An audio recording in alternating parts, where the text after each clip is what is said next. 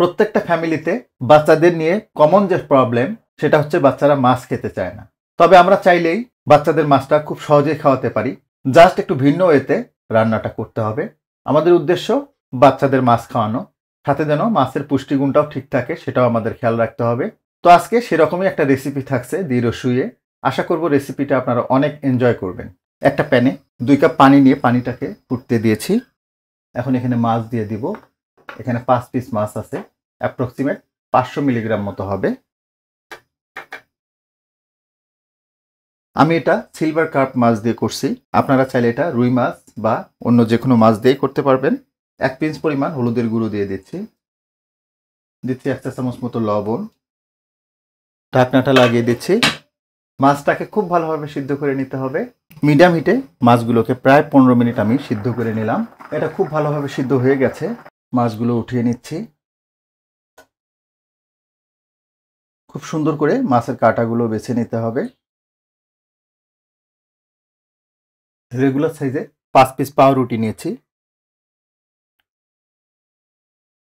পাউরুটির সাইডটা কেটে নিব।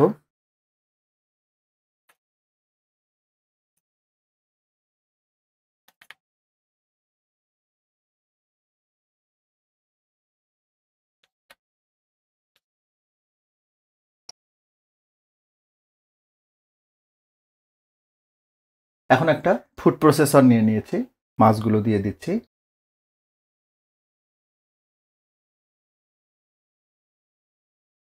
দেখুন মাছগুলো কাটা বেছে নেওয়াতে বাচ্চাদের খেতেও কিন্তু অনেক সুবিধা হবে, কেননা বাচ্চারা মেজর যে সমস্যা সেটা হচ্ছে কাটাটাকেই ভয় পায়।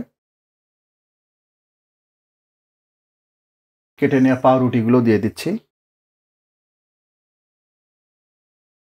1/2 চা চামচ মতো লবণ দিয়ে দিচ্ছি।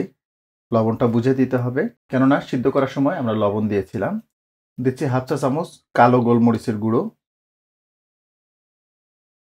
1 পিঞ্চ পরিমাণ জিরার গুঁড়ো। 1 পিঞ্চ পরিমাণ ধনিয়ার গুঁড়ো। 1/2 চা চামচ রসুন বাটা দিচ্ছি।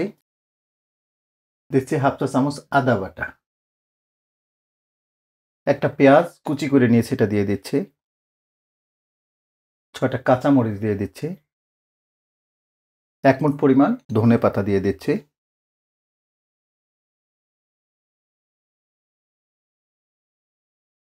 ফাইনালি 2 টেবিল চামচ মতো তেল দিয়ে দিব। ঢাকনাটা লাগিয়ে দিচ্ছি।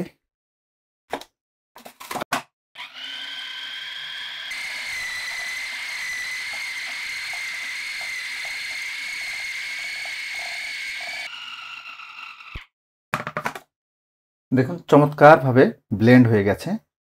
তবে বলে রাখি, যদি বাসায় ফুড প্রসেসর না থাকে তাহলে আপনারা এটা ব্লেন্ডারও করতে পারবেন। দেখুন কত চমৎকার একটা কনসিস্টেন্সি চলে আসছে। তো এটা হয়ে গেছে, নামিয়ে নিচ্ছি। এখন একটা প্লেট নিয়েছি। প্লেটটাতে একটু তেল আমি মাখিয়ে নিয়েছি। ডোটা দিয়ে দিব। হাত দিয়ে খুব সুন্দরভাবে বিছিয়ে দেবেন, যেন সব জায়গায় থিকনেসটা একই রকম হয়, এটা খেয়াল রাখবেন। প্রয়োজনে হাতে একটু তেল মাখিয়ে নেবেন যাতে হাতে না আটকায়। যদিও আমরা তেল দিয়েছি, তেলের প্রয়োজন হবে না। দেখুন আমি এটা একটা চারকোনা শেপ দিয়ে নিলাম। এখন আমি এটাকে স্কোয়ার সাইজ করে কেটে নিব।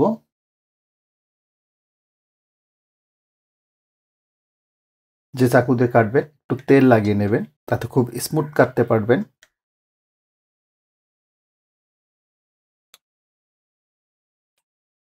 এরপরে হাত দিয়ে একটু শেপটা ঠিক করে নেবেন, যেহেতু সব জিনিস। তো একইভাবে সবগুলোকে আমি উঠিয়ে নিচ্ছি। দেখুন সবগুলো ফিশ নাগেট আমি ট্রেতে তুলে নিয়েছি। এরকম একটা ডিম গুলিয়ে নেবেন। এক হাত দিয়ে খুব ভালোভাবে ডিম লাগিয়ে নেবেন। দেন ব্রেড ক্রাম্বে দিতে হবে।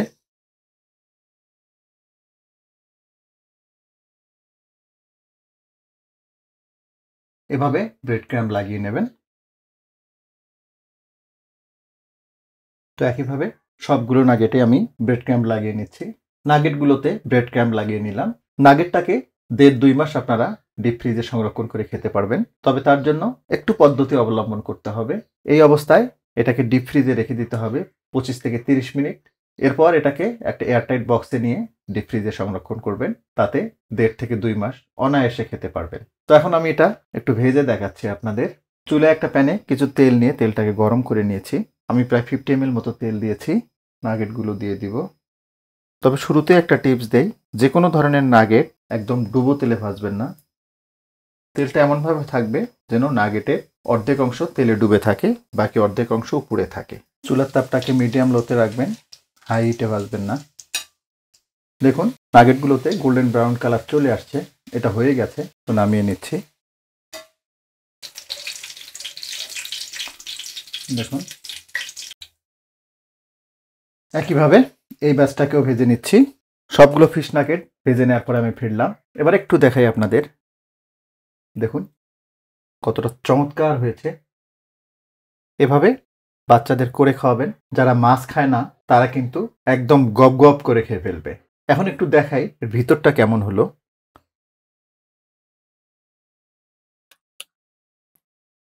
দেখুন, দেখেই বুঝতেছেন কত সুন্দর হয়েছে।